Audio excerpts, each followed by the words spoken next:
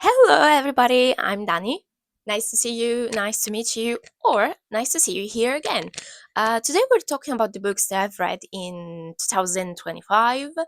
This is like the list of the best books that I've read last year.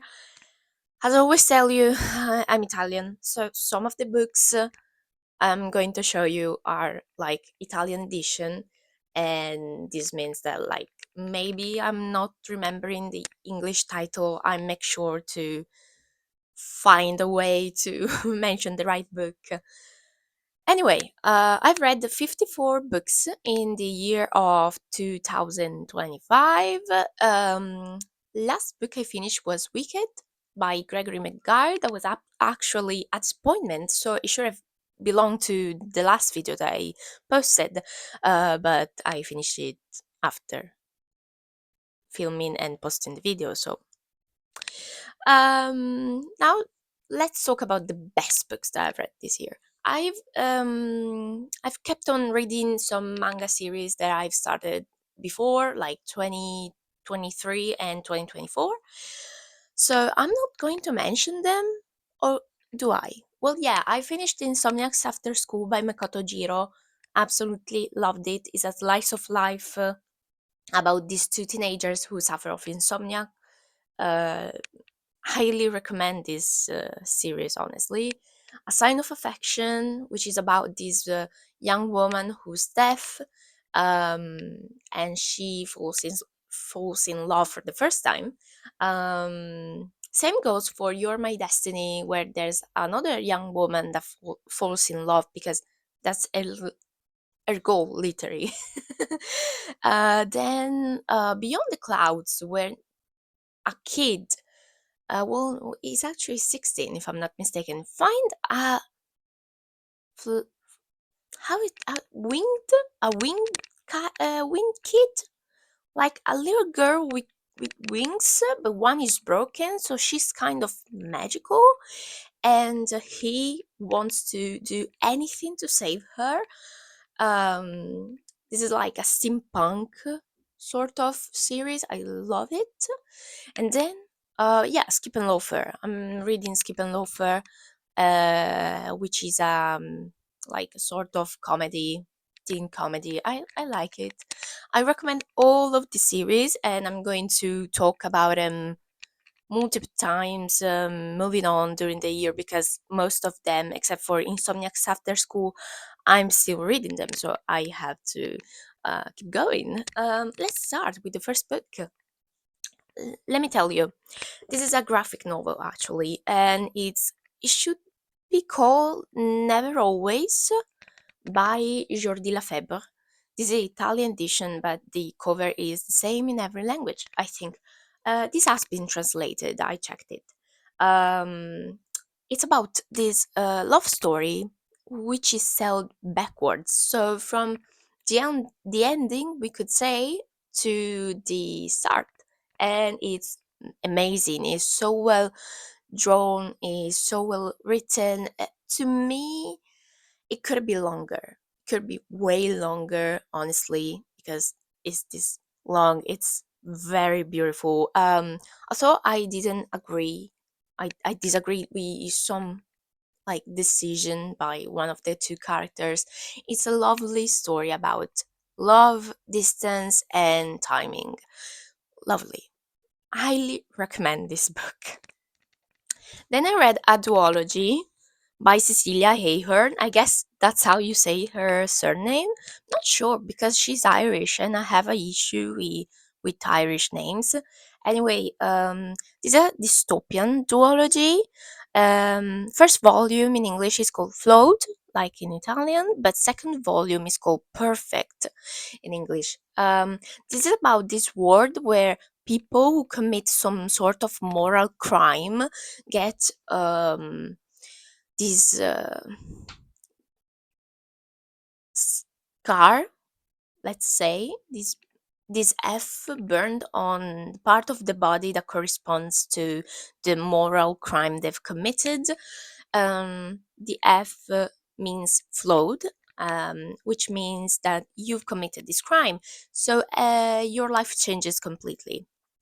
This is all because in the past, people have committed so many crimes that led to a really bad society. So, in order to avoid going back to that very low point of society, now everyone wants to live in a perfect society, kind of, especially when it comes to government.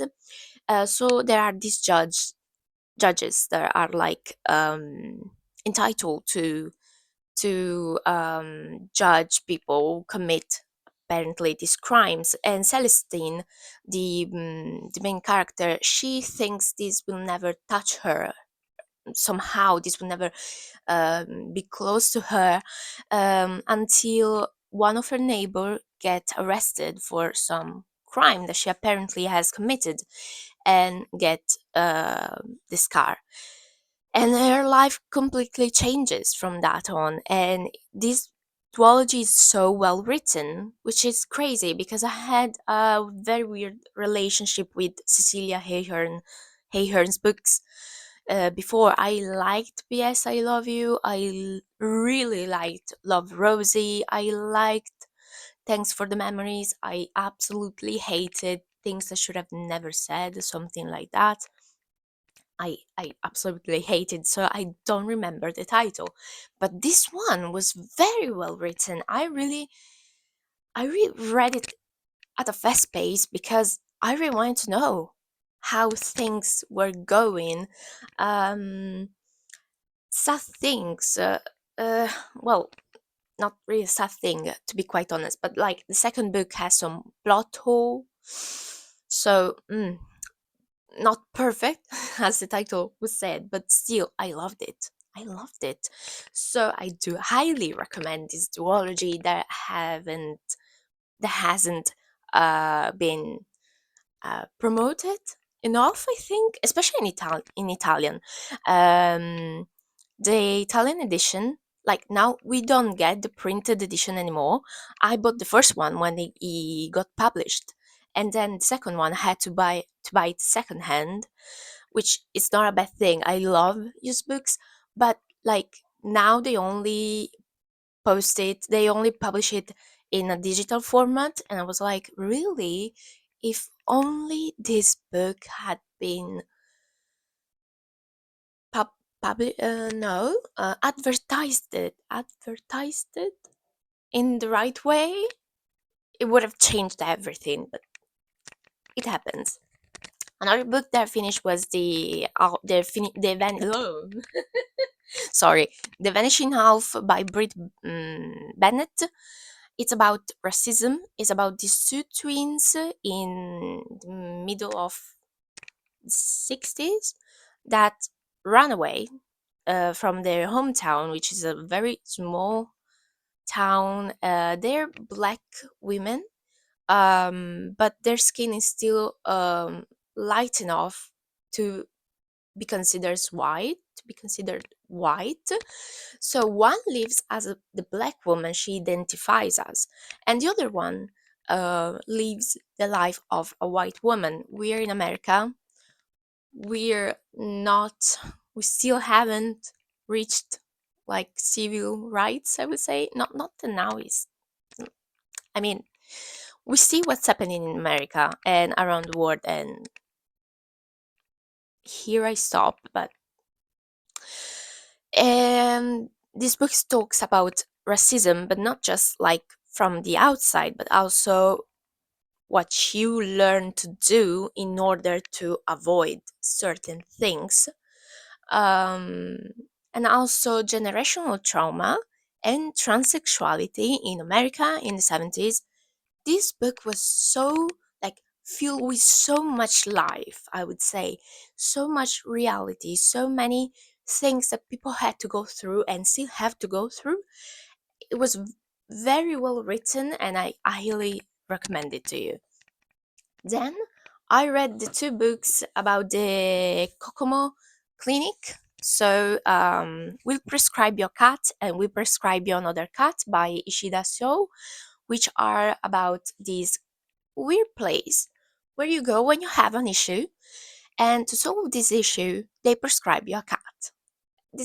these two books are anthologies, so they are like um, a collection of short stories about this, and it's amazing. I'm a huge cat lover. I don't own a cat.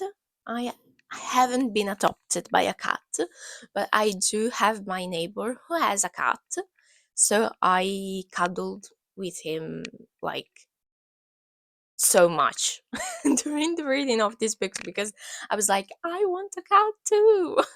I don't know if that will solve all my problems. Probably not, but like cats, I love them. Anyway, I do recommend these short stories. I don't know if there will be a third book, but I really hope for it. Then I finished The Count of Monte Cristo by Alexandre Dumas' father. Wow, wow, I've talked about this book so much, but I still need to talk about this book because this was the best classic I've ever read. This was also the longest book that I've ever read. I read it in a digital format, but honestly, it didn't feel long, okay? It felt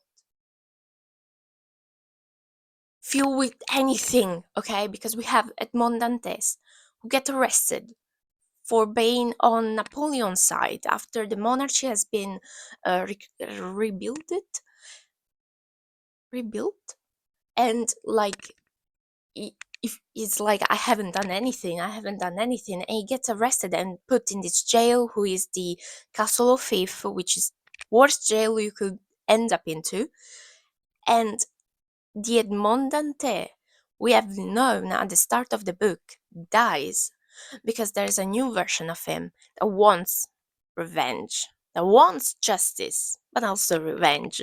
And like, I'm so here for that. Let me tell you. It was such a great book. It's about compassion, it's about justice, it's about like feeling like you've done anything for yourself and the world. And I don't know, it was so good. It was so good and so well written. Okay? Like, highly recommend. This is, I think, one of the only classics that I will really recommend to you, because I'm not a huge fan of classics, but this one, you gotta read it. Last book that I gave 5 stars to last year was A Man Called Ove by Frederick Backman, which is a particular book. It's about this man called Ove, oh, of course, who he's a widow, sadly, and he wants to stop living because he can't live without his wife. But the world around him has other plans, because his neighbors, they really need him. He is like essential. It is something, he has something that nobody has apparently. So everybody around him needs him, and they make sure that you find a reason to live. And it's both a funny and sad book. I don't know how a book can be both things at the same time, but it was amazing. The ending make me cry. So be ready if you're a person who cries a lot. I do. So I do recommend this book. I really recommend this book. This was very good. This was very well written. This is also a debut novel, exactly like The Vanishing Elf.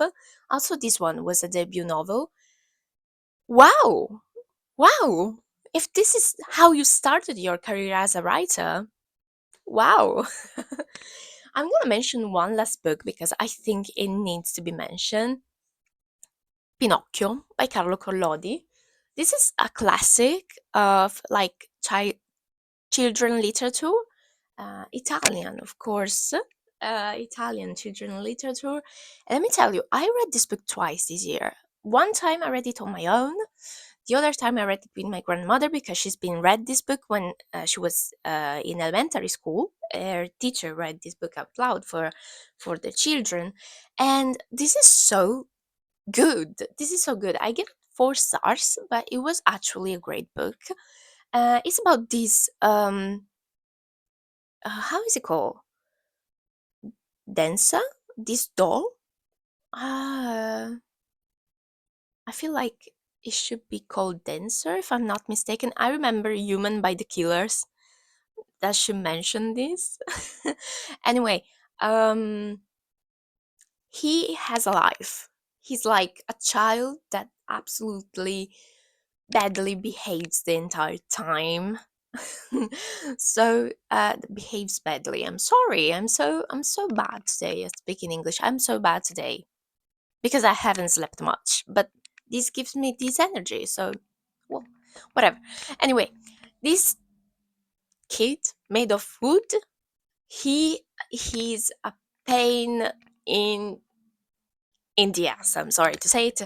He can't behave well. Okay, but if he wants to be a real child, he gotta learn. And the author with this book, which is very funny actually, seems to say to young children, if you don't behave well, you die. Basically. You'll end up very, very bad. Um, and also, he wants to tell to children to study. It's like you have to study, you have to go to school, you have to listen to your parents, you have to listen to older people. And it's funny, it's very nice, it was well written. So let me tell you, I've read multiple books for children, especially by Italian authors. And this, I think, it's my favorite. Yeah, I think it is. Well, anyway, this was my list of the best books I've read in 2025. And next week we'll talk about the books that I've read in December, which, mm, weird. My year started with an Italian book that is a big disappointment. I'm not liking it.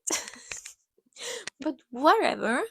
Um, it started also with new books, but we'll talk about them later.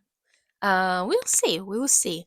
Before ending this video, I really want to thank you for the company, and I really wish you many good reads and a great year in general. Okay, so we'll see you next week. We see each other next week, and I apologize for the mistakes. It's just I do suffer from anxiety. Maybe you have like noticed some stuff. So I want to say many things. My brain kind of like put them in the right order, for example, but my mouth can say them well, let's say, because I want to say them all, basically. And so I apologize for the mistakes that I made. So I apologize. Yeah, apologize. Anyway, have a good 2025. Bye.